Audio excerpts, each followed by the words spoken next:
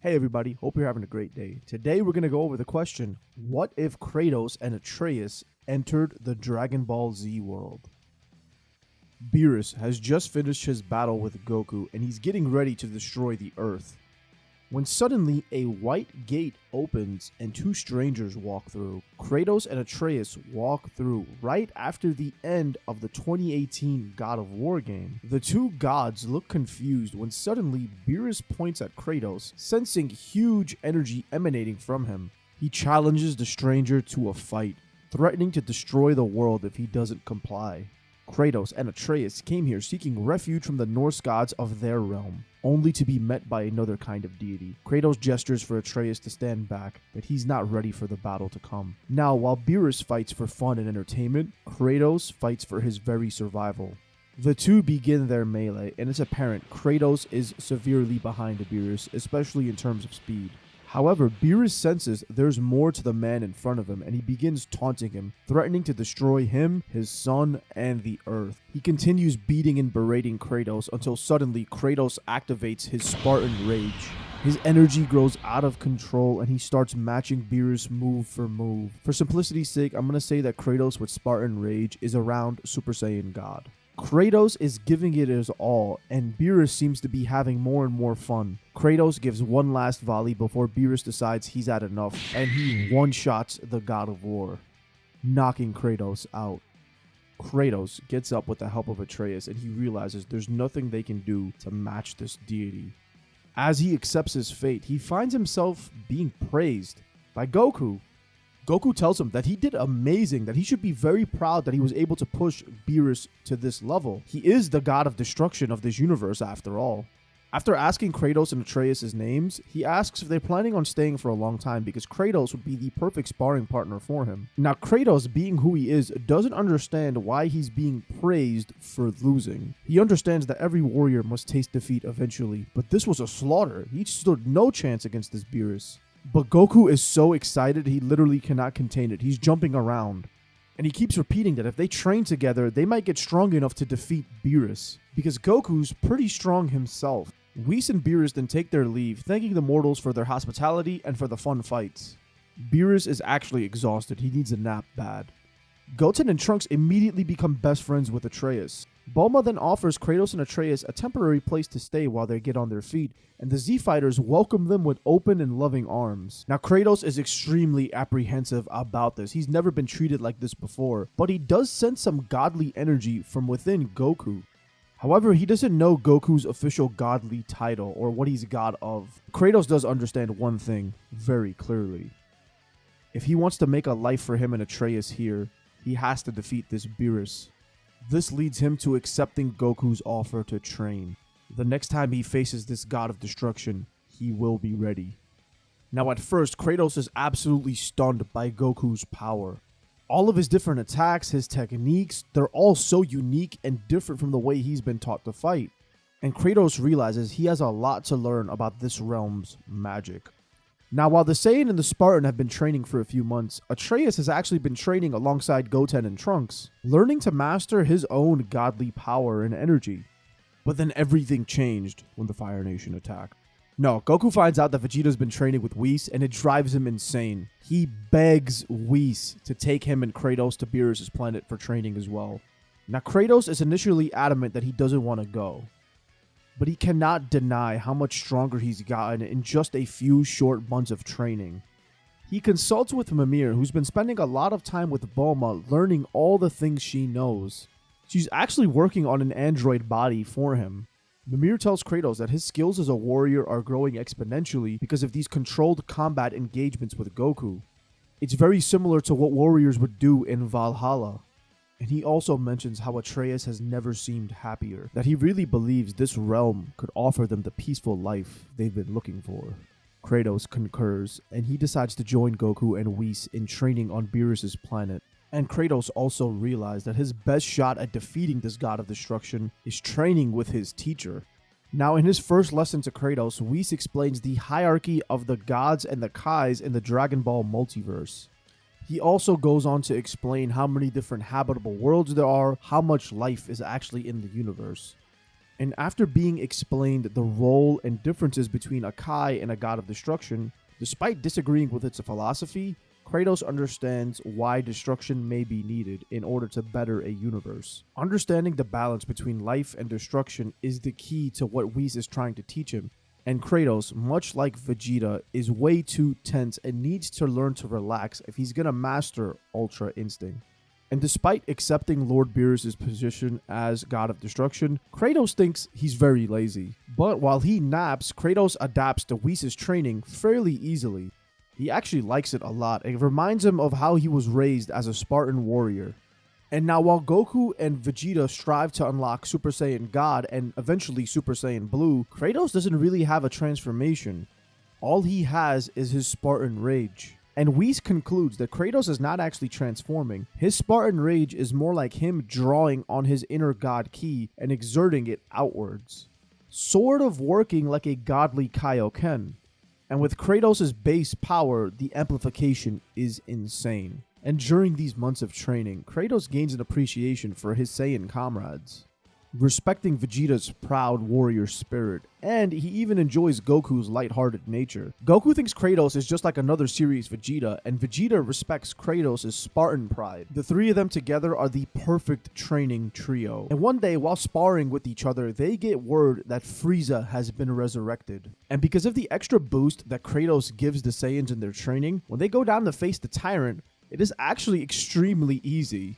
His Golden Frieza form is nothing compared to what the three of them have become. Goku, Vegeta, and Kratos are all learning so much from each other and benefiting so much that their power levels are rising exponentially. Even Whis and Beerus are shocked at how much the three of them are growing. So when Champa comes around for the Universe 6 tournament, it's obvious which three are definitely going to be on Team Universe 7. Now, one big change to the team is that Kratos requests Atreus to join the squad. So the new lineup for Universe 7 is Kratos, Atreus, Goku, Vegeta, and Piccolo. Boo is still going to fall asleep. Now, the beginning of the tournament goes largely the same, with Goku defeating Potamo and losing to Frost, who cheats via his poison. But instead of Piccolo being picked for second, Kratos steps up. And the God of War hasn't really gotten to test himself since Beerus. He was really looking forward to fighting Frieza, but Goku took care of it. This Frost will have to do. Now, Kratos isn't like a Z fighter. He's not going to gauge Frost's power in relation to his own. He doesn't hold back. He goes at Frost with everything he's got and one-shots him, sending him flying out of the arena. Vegeta smirks and tells Kratos not to get cocky because Frost was nothing in comparison to Frieza. And that Frieza is nothing compared to them. He needs to aim higher if he truly wants to test his power.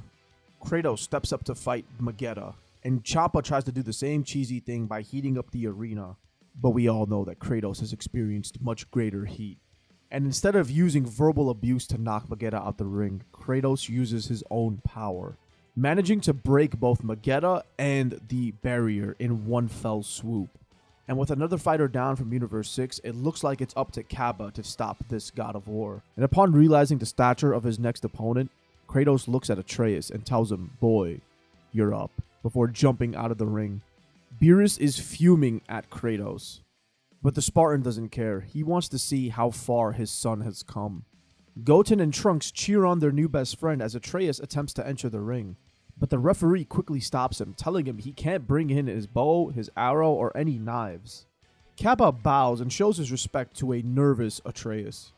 Atreus attempts to do his best, but Kappa's speed and power is too much for him, seemingly. Atreus is being pummeled into submission, and as he's being beaten down, he notices his father looking at him. He activates his own Spartan Rage, and he's able to counter Kappa's moves. The two begin to fight as equals, adapting to each other's strength, speed, and agility. Atreus is enthralled by the battle. He doesn't even realize that his Spartan Rage has dissipated. He's going toe-to-toe with Kappa with his own power right now. But when he does realize this, Atreus hesitates, and during this moment of hesitation, Kappa knocks him out. Kratos is angered with Atreus and yells at him, telling him his hesitation would have gotten him killed in the real world. But Goku tells him he did great, and Goten and Trunks also rush over to congratulate their friend. Mimir in his new cyborg body commends the little brother. Kratos then softens his appeal and tells Atreus his performance was adequate, that he must get out of his own head and believe in his power. Goku then backs up Kratos, saying he is right. In the real world, you cannot hesitate. He's experienced it before, and he's paid for it big time. Now, the rest of the tournament goes largely the same as canon. Vegeta destroys Kappa after teaching him Super Saiyan. He then loses to Hit. Goku is brought back once they realize that Frost was cheating, and him and Hit engage in an epic battle, which is actually this time interrupted by none other than Zeno. And Kratos has learned about Zeno from Whis, but seeing him is something different. He was expecting somebody more menacing looking. Goku then opens his mouth and suggests another tournament, to which Zeno seems very excited by. Zeno disappears, and you know who else was watching this tournament? None other than the hater himself, Zamasu. But this time, something else caught his eye. The way Kratos was so cavalier in his disrespect towards Champa and Beerus is interesting. He seems to have some sort of god key as well. But his is different from the Saiyans. His seems natural, like it's a part of him, not tainted by the Saiyans' mortality. He begins to form some sort of evil plan involving body snatching. Zamasu decides to switch bodies with Kratos, laying siege on future Trunks' timeline, forcing the young Saiyan to retreat back into the past. And when the young warrior wakes up, he's confused. He sees Goku, Vegeta, his mom, a younger version of him, and Kratos. Future Trunks immediately lunges at Kratos, who catches his punch. Goku and Vegeta restrain him and explain what's going on. Kratos is adamant that he's never met this boy in his life. Future Trunks quickly realizes that this isn't the same god that's been destroying his timeline. Kratos is appalled when he hears the stories of what Trunks tells him. He knows it's not him, but it reminds him of what he used to be. Suddenly, a portal opens up and another version of Kratos steps through. He begins ranting about the sins of mortals and how they must be purged and cleansed from all timelines. Kratos begins powering up to fight his counterfeit, but before he can, Goku's already in the fray. Now, as Goku begins powering up, he's actually able to injure this Kratos Black. This fake god of war is appalled that a mortal was able to lay hands on him. But before he can continue his reign of terror, he gets sucked back into the future, but he does destroy Future Trunks' time machine. Now our Kratos is fuming at Goku, and this is because of how much stronger Goku was than the fake Kratos. Kratos tells him that he could have easily dealt with this imposter if he wasn't fooling around, and Vegeta joins in, telling Kakarot that he plays around too much. That if he powered up to his max power in the beginning, he could have ended the threat to Trunks' future. Future Trunks then steps in and says that ever since this Kratos declared war on the mortals, he's been calling himself the God of War. Bulma says she's going to be able to fix Trunks' time machine, but she's going to need some time. Now during this time, Kratos is going to train Goku, while Vegeta trains with Trunks. Kratos tells Goku that he will help him focus on the battle and to do what needs to be done. Kratos wants to mitigate Goku's bad tendencies when it comes to combat, holding back against opponents because he wants to gauge their strength. Kratos wants to train Goku to go all out from the beginning. Now Bulma finishes the time machine, and before they take off, Kratos brings in Goten, Trunks, Atreus, and Mimir. And he tells Mimir that if they fail, these boys are the next line of defense. That they must keep up their training and keep their wits about them if they're going to win the battle ahead. Mimir and the three boys acknowledge this. They immediately get to work. Kratos, Goku, Vegeta, and Future Trunks all go to the future. Shout out to Bulma for building a bigger time machine. When they land, Kratos and Vegeta have no patience. They immediately flare their ki, signaling where they are. God of War Kratos arrives, and he doesn't even get to say a word. Vegeta and Kratos are on him. The two warriors, going all out immediately, begin to push this imposter back. And right when they're about to finish him, God of War Kratos unleashes his ultimate technique. A Spartan Rage amplified by all kinds of divine god ki. Now our Kratos immediately understands what kind of broken power he's dealing with. It's the same thing as the Blade of Olympus, except this time the blade is this imposter's body. Kratos Black one-shots Vegeta and Kratos. Future Trunks and Goku try to step in to help, but they're interrupted by somebody else, Zamasu. He partners up with Kratos Black, and the two of them begin to monologue about their hatred for mortals. And while this is happening, Vegeta and Kratos regain consciousness. Trunks and Goku have had enough of these speeches. They blitz Zamasu, taking him out with relative ease. They make their way to the God of War Kratos, but suddenly Zamasu re-emerges.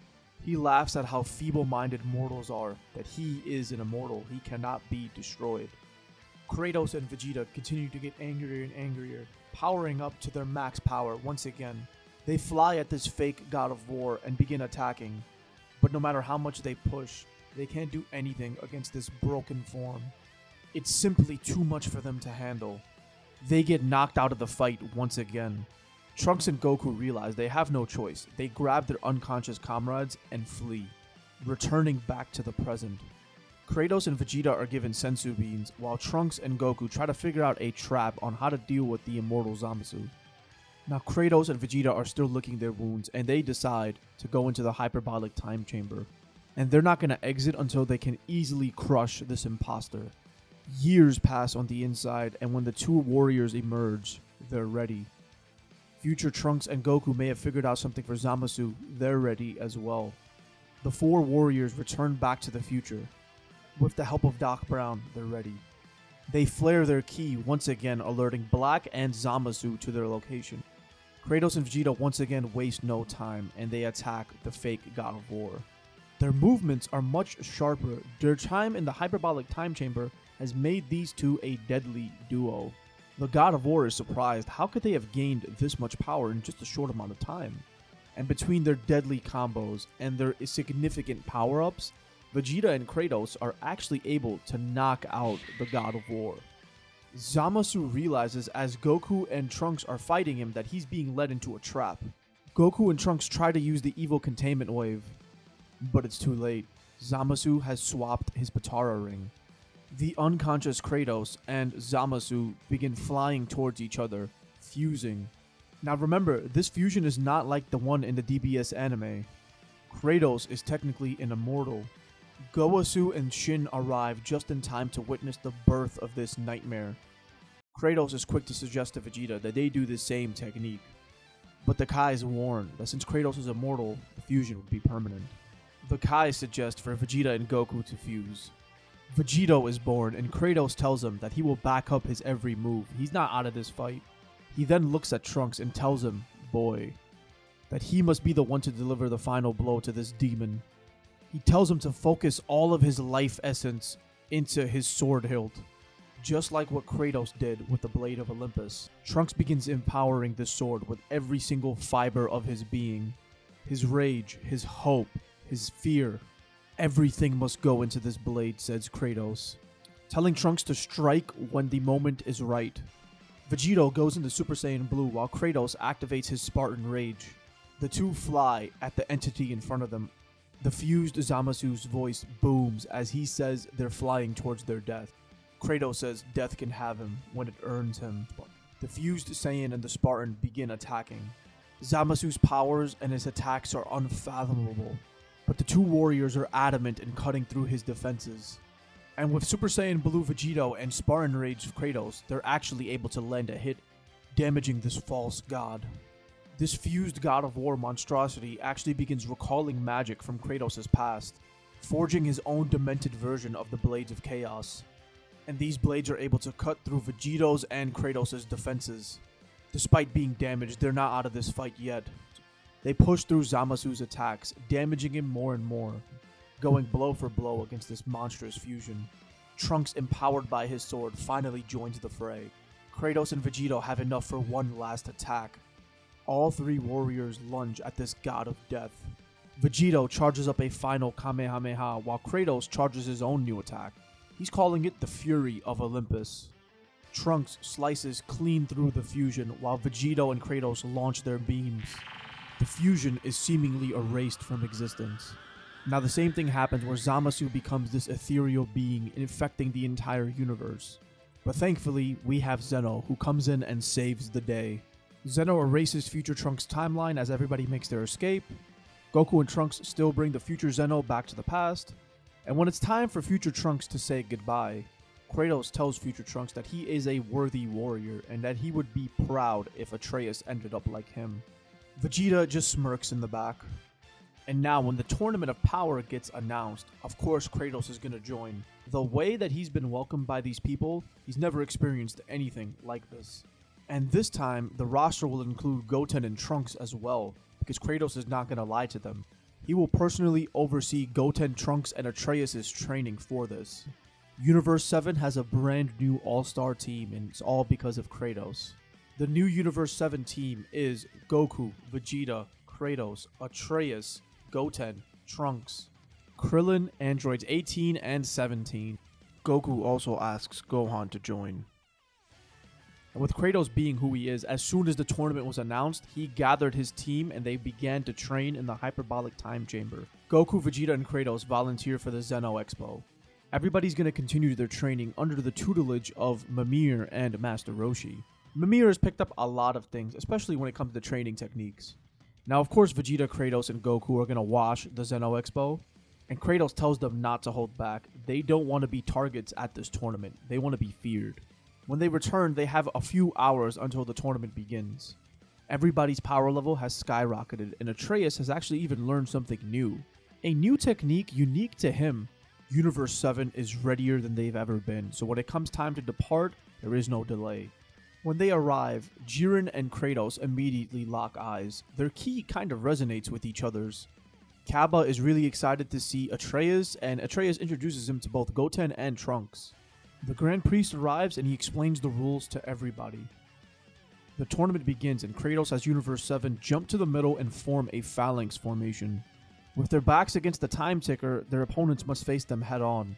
Now, of course, this doesn't go according to plan, because Goku, Vegeta, and 17 all run off on their own. Goten and Trunks also run off, and Atreus wants to join them, but Kratos tells him no. Atreus tells his father that his friends need him. Kratos lets him go on, but he's disappointed in his team's lack of discipline. Kratos, Gohan, and Krillin remain together. Android 18 also runs off on her own. Goten and Trunks begin to pick a fight with Universe 4, and with their new forms, they're very excited. Because yeah, the kids have God Ki, and not only that, they have Super Saiyan Blue. And with Atreus' new transformation of being able to turn into a giant bear, Universe 4 never stood a chance. Goku and Vegeta easily take out Universe 9. Universe 10 decides to jump Kratos, deeming him the leader of this team. But with Krillin, Gohan having his back, Kratos singles out Abni, who has his amazing ki displacing technique, but Kratos has been fighting warriors without sensing ki for a long time. His technique is nothing new to him. He was born in the darkness, molded by it. Kratos easily knocks out their best warrior. The rest of their universe falls shortly after. And the Zenos are really excited to see Kratos fight, but it still seems like he's holding a lot back. But he unveils a little of it when Kale goes berserk, because Kratos is the one to stop her. And unlike Jiren, he finishes her by throwing her out of the ring. Jiren has noticed Kratos, and Kratos realizes the two of them are about to fight. Jiren and Kratos begin to size each other up, and this time it's actually Jiren who throws the first strike. Kratos just eats it, staring back at Jiren, and the two begin their fight. Kratos' durability is off the charts. Jiren didn't expect to go this hard this early in the tournament. Kratos actually has the upper hand until Jiren starts unleashing more and more of his power. Kratos begins to go on the defense and he gets pushed back more and more until suddenly he's on the edge of the ring. Kratos is about to be knocked out when suddenly a giant bear attacks Jiren. Atreus has found a way to keep his Spartan rage boost while also transforming. This catches Jiren off guard and Kratos is able to escape his fate. This is when Goku and Vegeta step in, and Kratos' training about teamwork has actually rubbed off on them. The Saiyans in sync begin powering up to their max forms, Super Saiyan Blue Kaioken times 20, and Super Saiyan Blue Evolution. And now while the two Saiyans fight Jiren, Universe 4 decides it's time to attack Kratos and Atreus, hoping to knock them out while they're off guard. But the father and son synergy is off the charts. They're actually able to hold off their entire universe. Goten, Trunks, Gohan, and Krillin arrive to help the two. They eliminate the universe by fighting as one. Out of desperation, Universe 3 creates their giant robot. Now this isn't the first Titan that Kratos has fought. With his leadership, Universe 7 is able to prevail, realizing fairly quickly that the android's head is its weak spot. Reminds him of a giant Cyclops he once fought. Now the only universes remaining are Universes 2, 6, and 11. The rest of Universe 11 is backing up Jiren against his fight with Goku and Vegeta. But Kratos and the rest of Universe 7 step in, so now it's going to be Universe 7 versus 11. Most of Universe 11 falls fairly easily until it's just Dispo, Top, and Jiren. Goten and Trunks are having a blast, and they actually see Dispo as the weakest member of Universe 11, charging at him. But Dispo is an experienced warrior. He actually tricks the boys, causing them to fall to their demise. Atreus is rattled, but Kratos tells him to focus. Goten and Trunks are yelling from the stands for Atreus to avenge them. Kratos tells his son that his opponent's speed doesn't matter, that he must stay prepared, and that he must trust his instincts. Kratos flashes back to Hermes. Gohan and Atreus begin to battle Dispo, and Gohan is actually able to grab a hold of him. Atreus shifts into his Spartan Rage bear form, and just as he's about to knock Dispo out, Dispo escapes. Activating his super lightspeed mode, he decides to blitz Atreus. Atreus trusts his instincts, and he's able to dodge Dispo's attack, which causes Dispo to fall off balance, and this allows for Gohan to take him out. And since Frieza is not there to trigger Toppo into becoming a god of destruction, Kratos knocks him out. Jiren, after being the only member standing of Universe 11, decides to go all out, and he's able to take out one of Universe 7's warriors. And now it's Jiren versus Goku, Vegeta, Kratos, Atreus, Android 17, 18, and Gohan. But without Goku's Ultra Instinct boost, it is going to be much harder for Universe 7 than they think. Jiren is a monster. He's actually holding off their entire team. It seems like a stalemate until he finally gets the edge on one of their more inexperienced members. Jiren knocks out Atreus. This causes something to snap inside of Kratos. His Spartan Rage has never been higher, and between him, Goku, and Vegeta, they're actually able to knock Jiren out of the ring. And after Universe 11 falls, Universe 7 takes care of Universe 6 and 2, leading them to win the Tournament of Power. Once again, plot armor, and Kratos is voted the MVP, and he's given the Super Dragon Balls. He wishes for all the universes to be restored in peace. And that's what I think would happen if Kratos entered the Dragon Ball Z world. Man, this scenario was so much fun to write and animate. I really hope you guys had as much fun with this as I did, but please let me know what you thought in the comments below, and don't forget to hit subscribe for more. Peace. I'm currently working on a what if Goku was in Mortal Kombat scenario. Please let me know if you want to see that, or if you want to see more Dragon Ball specific what ifs. Scenarios like what if Vegeta and Nappa came down with Raditz to recruit Goku. Peace.